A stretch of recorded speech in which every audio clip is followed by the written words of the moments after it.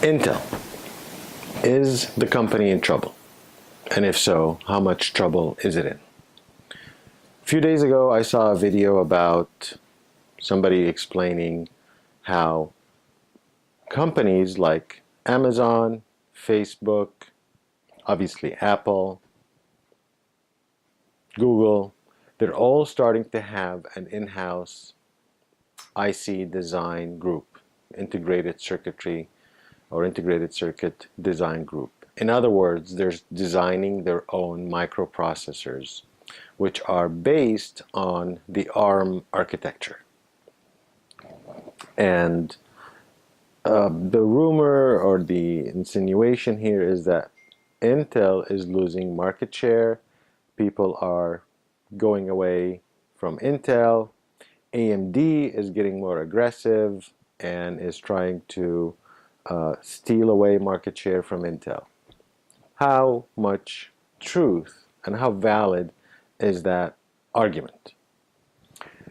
As somebody who worked for Intel for 16 years, I worked in open source software, but I obviously lived the culture. And I've watched this same scenario, I've heard these same exact rumors and suggestions and observations at least 3 times over a 16-year period. And I'll tell you one thing a VP told us once in what they call a business update meeting after the dot-com boom. If there's a fire and when Intel has a problem, trust that Intel has the largest fire truck to solve the issue and put the fire out. And I believe it. Look, Intel is a behemoth. It's a monster. Is it currently lost? I personally think so. Intel is so stuck on its silicon products and silicon strategy that it's either too afraid to expand into software or is failing to expand into mobility, so they completely missed the mobility boat. You don't see phones with Intel processors, even though they had Intel, by the way, had ARM design CPU in-house, but during Paul Ottolien's reign they closed the business and they sold it off. Something that they invested $600 million in, they sold, I believe, for $60 million at the time. It was ridiculous.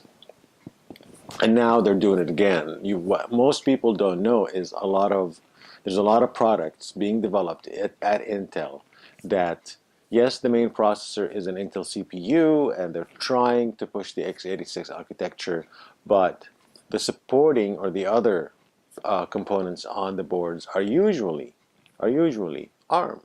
Intel licenses IP from ARM and MIPS in some cases. They still use it and puts it in its products. But these products, if they don't reach $1 billion in sales to Intel, this is a failed business, just like they did with the MP3s, just like they did with the Intel Play, with the toys and the microscope, for those who remember that.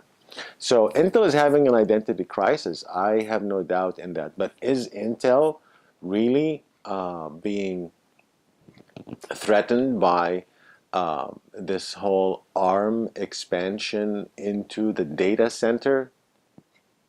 Believe me, no. This has happened before. AMD in the early 2000s tried to introduce a whole new line of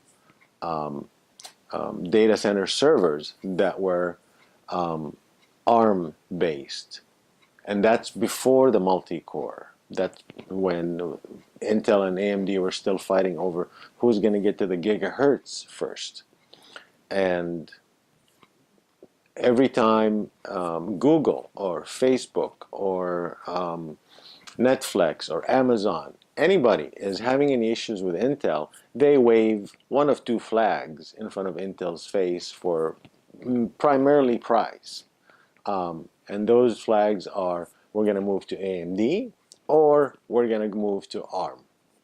ARM, with all due respect to ARM, yes, it's a great processor design. Yes, Qualcomm and Apple is doing an amazing job with it, but it doesn't have the ecosystem of x86. It doesn't have the manufacturing capacity of Intel. Intel's biggest strength is that it can supply the market.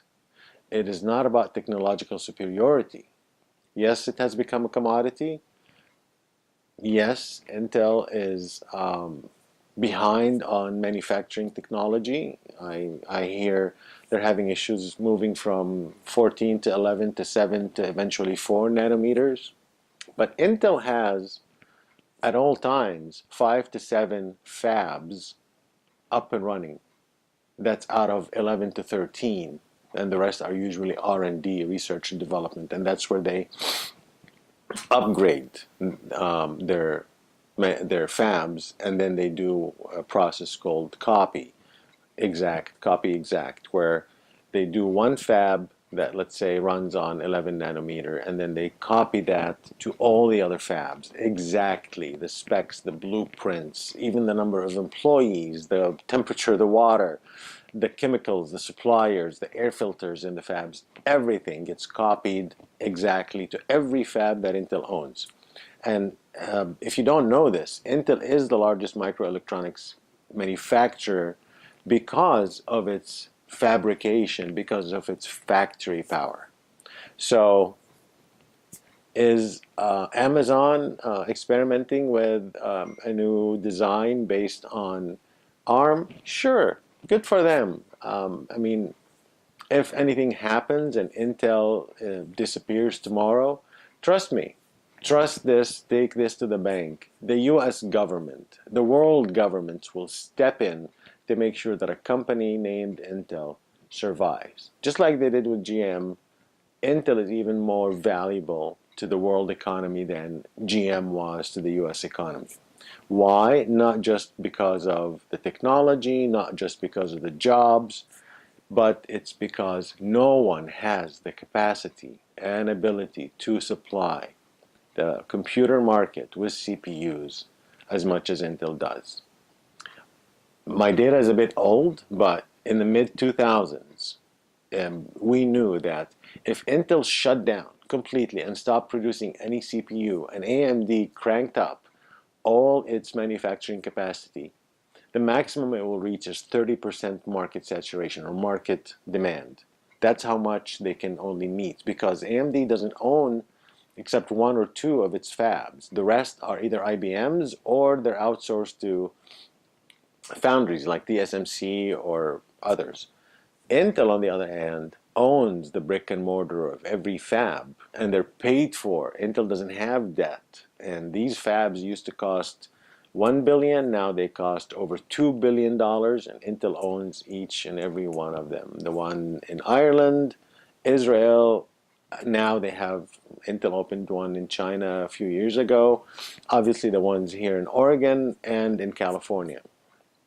So, in conclusion, let's have the debate. I'm willing to talk about the trouble that Intel is in and how Intel lost sight and, in my opinion, is an old man that doesn't want to give up his comfort zone. But please, let's not start spreading rumors and I genuinely believing that Intel is in any way, shape, or form threatened to be shut down or to go out of business or to declare bankruptcy anytime soon. That's not going to happen, and take that to the bank. Until next episode, please subscribe. Please give me your feedback. Let's have a debate and share. Thank you. Have a great day.